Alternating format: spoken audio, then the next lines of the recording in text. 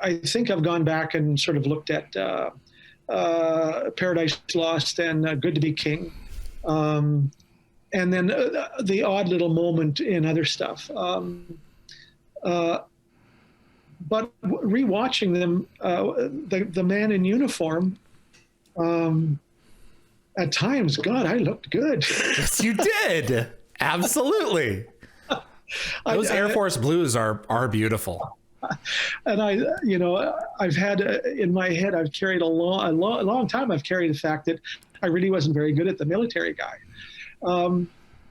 But I think this way. I think it wasn't until season 3, and I went back and I found out, okay, it was Foothold this happened in, and it was the first time that they had allowed me to be human.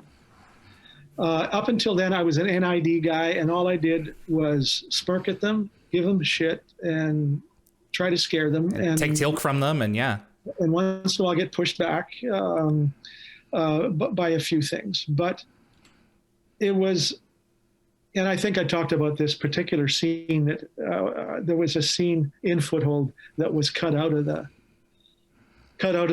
production, probably because of length, or I'm not sure why, but it was with me and Amanda, and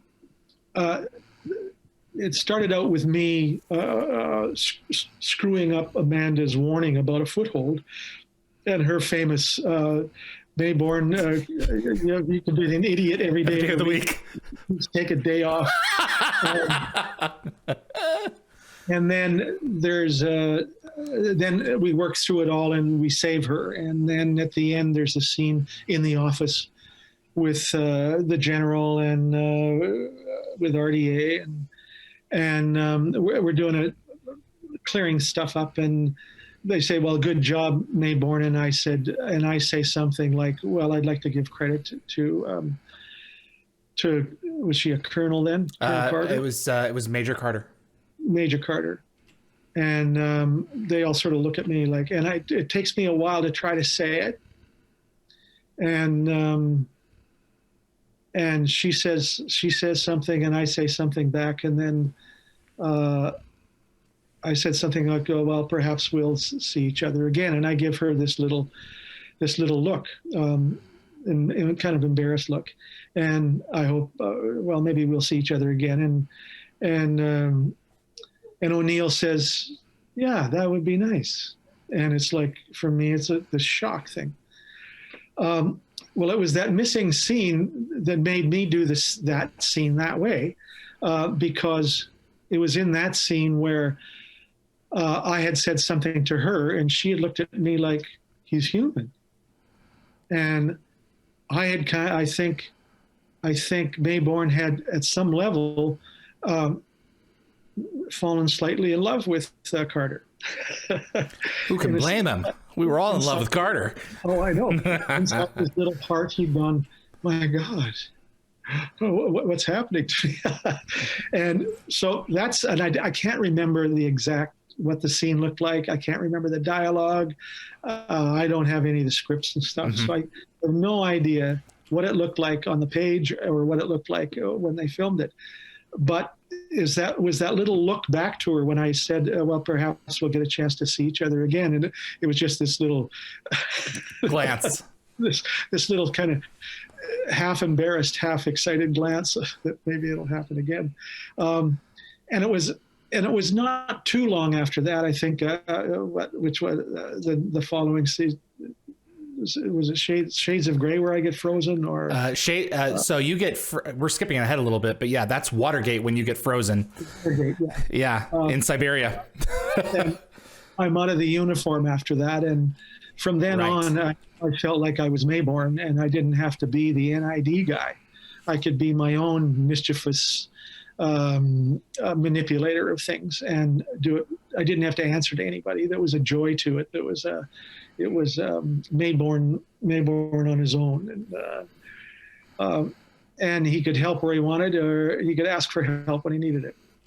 I loved that movement through season 3 and season 4. After that episode in Foothold, you're an idiot of every day of the week. Why don't you just take one day off? The next time, and glimmer of humanity that we see in him. The next time we see him, he's back at his old tricks again. He finds out what's happened with Jack at the SGC and recruits him into his mission, and it's just a descent into darkness for this guy. If you can dispense with the melodrama, as I crank up Pagliacci over here, I'll talk about, joining your team. I think a big part of the arc of Maybourne really starts right there, because after that he's on the run. He has to get in bed with the Russians just to keep from getting his head cut off. Yeah. See, those are parts of the build through it that I have forgotten, and I'd have to go back and look at the whole episodes to see really what happens there. And maybe even at the time, I was so confused about it, I would just go and do the scenes because I often had no idea. The larger story. Suddenly I'm in I got my own airplane. Right. Suddenly, exactly. All this shit, I had no idea I had that kind of power to start with. Now, the writers, I don't know, the character, obviously, they had a lot of fun with. And right. Thank God they kept adding, every time I'd come on set, there would be another color in the character. That I'd have to incorporate. And as I say, I think the first episode, I kind of started off one-dimensional. But every time I came back, there would be these colors added in.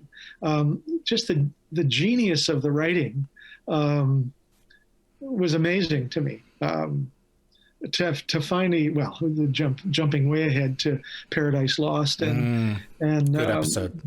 And Good to Be King, those from where that character started, and they took him all the way through all that stuff and got him to those places. Yeah. Just magical. Do you want to bring up the Michael Greenburg comment now? Oh, I can't remember which. I think it was around Foothold. It was around. Well, it was season 2 or season 3. Yeah. Usually you would, at lunchtime, they would read the next episode. So if you were in the next episode, you would come at their lunchtime for the episode they were shooting, and everyone get around the table and they would read it. And the characters that knew their characters would talk about, I think we should build on that part a little bit, but I think this part here doesn't land in the character, and this is why I think that. Can anybody tell me, am I right or wrong, or should we muck with that? And notes would be taken and all that kind of stuff. And at one point during the reading, maybe it was close to the end, Greenberg looked down, and I was maybe five seats down from it at the big table. So there were people all around this large table. And he looked down to him and he said, "God, you're a good actor. How come we never had you on MacGyver?" And I looked down the table and I said, "I auditioned for you 40 times and you never hired me. That's why I wasn't on in MacGyver." And he took it well, though. And then we laughed like hell. Thanks for watching this clip from Dial the Gate. You can find the full live stream shows on our YouTube channel or visit dialthegate.com for the complete schedule. See you on the other side.